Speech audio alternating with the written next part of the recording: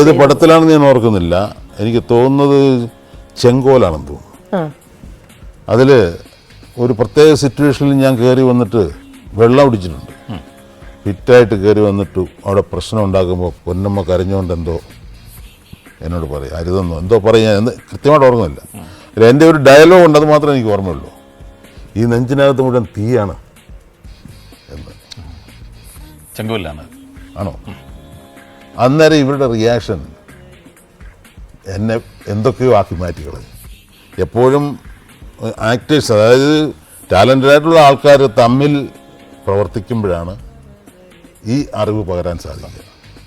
അങ്ങനെ പൊന്നമ്മയിൽ നിന്ന് എനിക്കും എന്നിൽ നിന്ന് പൊന്നമ്മയ്ക്കും സിദ്ദിഖിനും ഒക്കെ കിട്ടിയിരിക്കാം. ഒരുപാട് കിട്ടിയിട്ടുണ്ട്. അതിൽ എന്നെ ഒരുപാട് ഹെൽപ്പ് ചെയ്തിട്ടുള്ള ഒരു സ്ത്രീയാണ് പൊന്നമ്മ. ഒരു നടിയാണ്. പക്ഷെ സിനിമയിൽ പൊന്നമ്മ വന്ന് എത്രയോ നാൾ കഴിഞ്ഞിട്ടാണ് ഞാൻ വരുന്നത്. എൻ്റെ ആദ്യത്തെ സിനിമ മുതലുണ്ട്.